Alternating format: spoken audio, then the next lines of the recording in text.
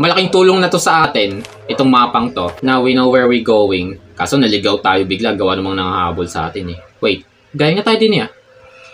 Doon tayo sa lock na pintuan. Nako, balik naman tayo. Sorry. Ay, hindi. Wait. May shortcut yata din eh. Oo nga, may shortcut din eh. Let's go. Nandito yung lock door eh. Ano? Yan, ito. Sana naman nandito na yung book. I was hoping. Mabutik bro, wala. Gagala pa tayo sa cellar. Where can we find the book in here? Oh my goodness, yan. Ngayon tuloy tayo nalilito ngayon. Kung galing na ba tayo din eh o hindi pa. This game is challenging us guys. Literally. Sadya na tayo hindi pa alisin din eh. Yan kasi, natripan pa ng character natin maghanap ng libro din sa cellar.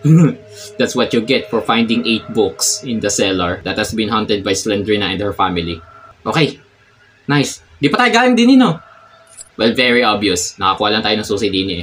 Ay! No! Yeah! Hoy! Palapit na palapit siya!